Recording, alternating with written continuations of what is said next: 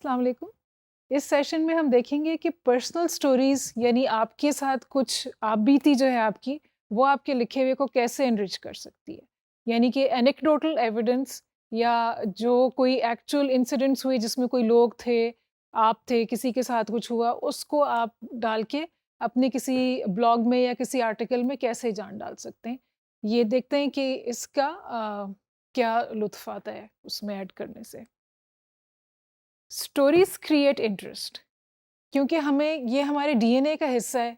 हम pre historic time से हमें शौक है, आदत है इंसान को कि वो कहानियाँ सुनते हैं।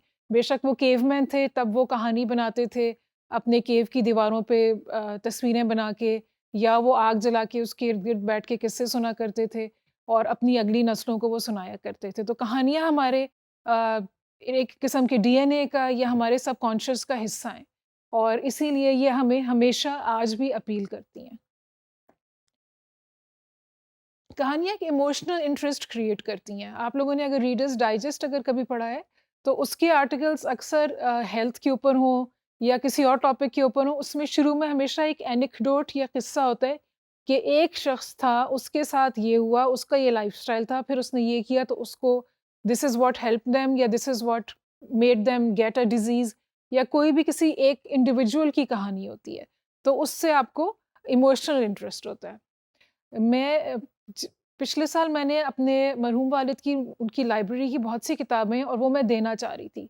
तो उनकी मैंने तस्वीरें लेके फ़ेसबुक पे डाली कि कौन-कौन इंटरेस्टेड हैं, जो लोग वो ले लें इनको किताबों को।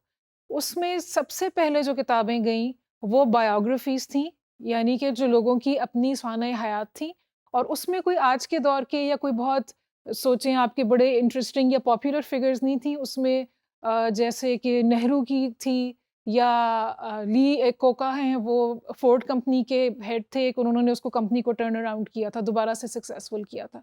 तो इस किस्म के हो सकते हैं हम सोचें कि खुश्क लोग हैं या डल या ड्राई सी होंगी किताबें, लेकिन those were the first ones to be snapped up और जब वो ले भी ली कुछ लोगों ने, तो दूसरे लोग पूछते रहे कि वो कहाँ हैं। उसकी वजह ये है क्योंकि उनका आज की सियासत से भी कोई ताल्लुक नहीं था, ना आज की बिज़नेस की जो स्टडीज़ हैं और जो करंट हुआ है, उससे ताल्लुक नहीं था। लेकिन बात ये है कि क्योंकि उनकी आपबीती थी, उन्होंने अपनी कहानी लिखी हुई थी उसमें, कहानियों में इंटरेस्ट होने की वजह से वो एकदम ली गईं।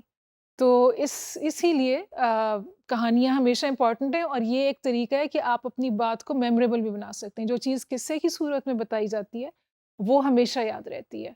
जैसे कि हम लोगों ने बचपन में सबक आमोज़ कहानियाँ सबने पढ़ी हैं, तो उसमें भी एक सबक बाद में बताया जाता है, नेकी कर दरिया में डाल या कोई और honesty is the best policy, लेकिन एक कहानी होती है और फिर सबक दिया जाता है।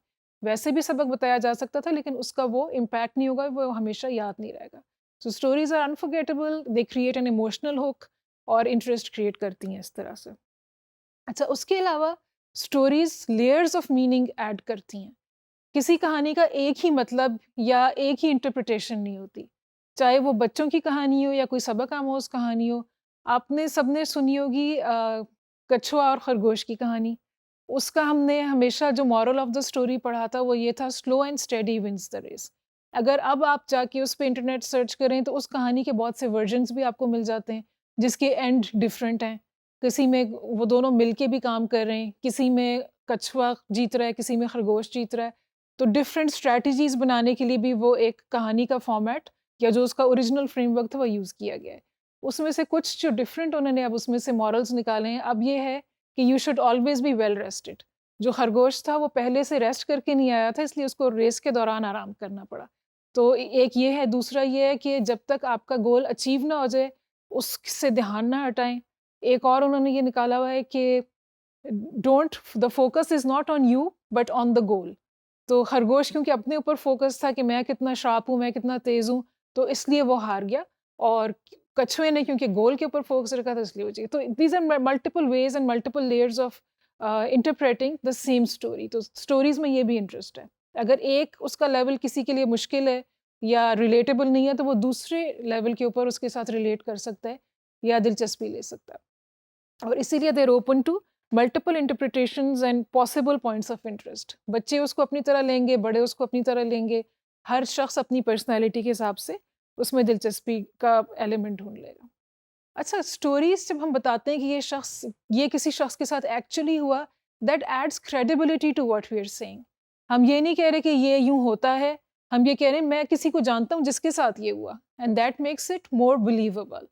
तो मैंने WWF जो है वर्ल्ड वाइल्ड लाइफ वाले, उनका एक मैगज़ीन है नेचरा मैगज़ीन, उसके लिए मैं जो घर में कंपोस्ट या पत्तों की खाद बनाई जाती है वो मैं घर में खुद बनाती हूँ, उसके बारे में मैंने एक आर्टिकल लिखा।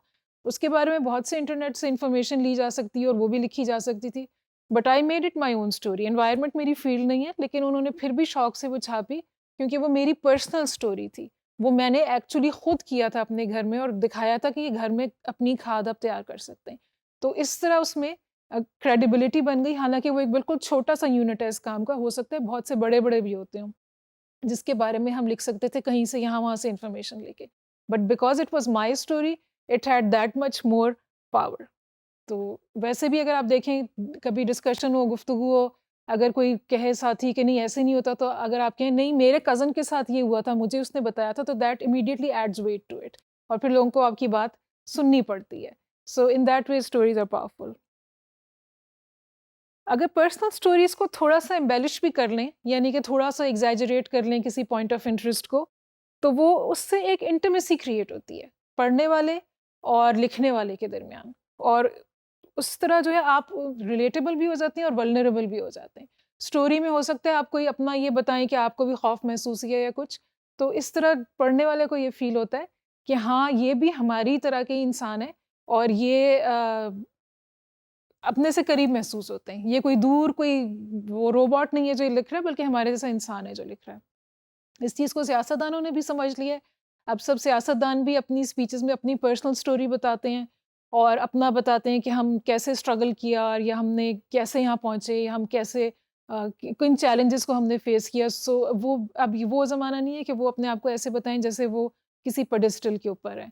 अगर आप बराक ओबामा की जो यूएस के प्रेसिडेंट थे उनकी कोई स्पीचेस देखें, तो उसमें वो अपने आप को कहते हैं कि मेरा इतना अजीब सा नाम था और मैं एक स्किनी टीनेजर था और मैं कैसे यहाँ तक आ गया। तो जो भी स्किनी टीनेजर्स उसको देख रहे होंगे वो उसके साथ रिलेट करेंगे कि हाँ शायद हम भी कुछ बन सकते हैं। So that's a way to reach out to your audience. अच्छा, इसके बाद हम आपको स्टोरीज़ अगर आप लिखें तो उसके बारे में आप उनको आप कहाँ शेयर कर सकते हैं, उसकी एक ऑप्शन आपको बताना चाहेंगे। ये फाइवर एक वेबसाइट है जिसका कि आप पेज देख रहे हैं। इसमें बहुत सारे ऑप्शंस हैं जो लोग ऑनलाइन काम करना चाहते हैं, असाइनमेंट्स ढूँढना चाहते हैं उसके लिए, and I would highly recommend कि इसको आप आराम से अपनी तसल्ली से बैठ के देखें। इस वक़्त हम स्टोरीज़ की बात कर रहे हैं और हम ये बात कर रहे थे कि स्टोरीज़ को आप कैसे किसी भी टेक्निकल कंटेंट में, किसी भी टॉपिक के ऊपर जो आप लिख रहे हैं, उसके ऊपर आप ऐड कर सकते हैं स्टोरीज़ को। लेकिन अगर आप सिर्फ़ स्टोरीज़ लिख के उनको भी मार्केट करना चाहते हैं, तो उसके लिए भी यहाँ पे बहुत सारे ऑप्शंस मौजूद हैं। I am just going to show you. ये इनका जो सर्च का पेज है, इस पे आप कुछ भी लिख के जो भी आप करने में इंटरेस्टेड हैं, वो आप करके देख सकते हैं। लेकिन हम अभी क्योंकि स्टोरीज़ की बात कर रहे हैं, तो हम इसको देख रहे हैं कि स्टोरीज़ का क्या ऑप्शंस हैं। यहाँ पे आप देख सकते हैं कि बहुत सारे लोगों ने अपना डाला हुआ है कि ये हम ये वाला काम कर सकते हैं, हम मूवी का प्लॉट लिख सकते हैं, ये सारी चीज़ें कर सकते हैं, और इसको जो काम करवाने वाले हैं, जो एम्प्लॉयर्स हैं, वो देख के इनको अप्रोच करेंगे, देखेंगे कि इनका प्रोफाइल उनको सूट करता है कि नहीं, अपील करता है कि नहीं, और फिर वो उनको काम दे सकते। तो आप भी इस तरह यहाँ पे डाल सकते हैं। लेट्स सी, एक ये यहाँ पे है I will do script writing, screen play writing and story writing. इन्होंने अपना ये सारा बताया हुआ है कि ये $200 लेंगी और शॉर्ट फिल्म और आवर लॉन्ग टीवी पायलट वो बना के दे सकती हैं, 30 टू 65 पेजेस, और 12 डेज़ में वो डिलीवरी कर सकती हैं। और ये उन्होंने सारा अपना इंट्रोडक्शन दिया हुआ है। इसी तरह आप भी अपना इंट्रोडक्शन दे सकते हैं, दे सकती हैं, और जो काम आप कर सकते हैं, कितने दिनों में, कितने पैसों में, उसको कर सकती हैं। तो ये जहाँ से लिए, यहाँ पे बहुत सारी और प्रोफाइल्स हैं। और एक्शन मूवी का किसी ने कहा है कि action stories about female characters में लिखने में इंटरेस्टेड हूँ, तो अगर किसी को वो इंटरेस्ट है वो कर लेंगे। और किसी ने कहा है कि मैं सस्पेंस और थ्रिलर और एडवेंचर या फैंटेसी, ये जैसे ये यहाँ पे ये वाली मैं स्टोरीज लिखने में इंटरेस्टेड हूँ। तो आपका जो भी नीश है, जो भी आपका इंटरेस्ट का एरिया, आप वो बता सकते हैं कि मैं ये कहानियाँ लिख सकता हूँ, और जो इसमें इंटरेस्टेड होगा वो आपसे लिखवा लेगा। पाकिस्तान ज़रूरी नहीं है कि जो आप इनको देखें और आपके हाँ मैं भी यही करती हूँ। पाकिस्तान की अपनी कोई यूनिक चीज़ें हैं, हो सकता है पाकिस्तान से रिलेटेड इश्यूज़ के बारे में आप लिख सकते हो। There is a lot of interest in women in Pakistan, there is a lot of interest in education के क्या इश्यूज़ हैं और क्यों कोई बात उस तरह से बन नहीं रही। हो सकता है उसमें कोई इंटरेस्ट हो, उसके हवाले से आप कोई दें। तो ये देखें कि यूनिक सेलिंग पॉइंट आपका क्या हो सकता है, जो बाकी दुनिया में सब लोग कर रहे हैं उससे कोई हट के हो। हो सकता है हमारी एक जो एंशिएंट ईस्टर्न विज़डम है, उसको दुनिया में कदर की निगाह से देखा जाता है, तो उसके बारे में बता सकते हैं कि tales from my grandma type की कोई ऑर्गेनिक खाने या रेसिपीज़ के बारे में कोई विज़डम और उसको कहानी की सूरत में आप कैसे बता सकते हो। So find your niche. जो कुछ यहाँ पे हो रहा है उसको देख के ये ना सोचें कि मैं भी यही करती हूँ। आप उसको देख के ये सोचें, अच्छा मैं इसमें कौन-सी चीज़ें जो अभी ऑलरेडी नहीं एड्रेस हो रही, what can I do that's different? So we hope you enjoy exploring this and other such options.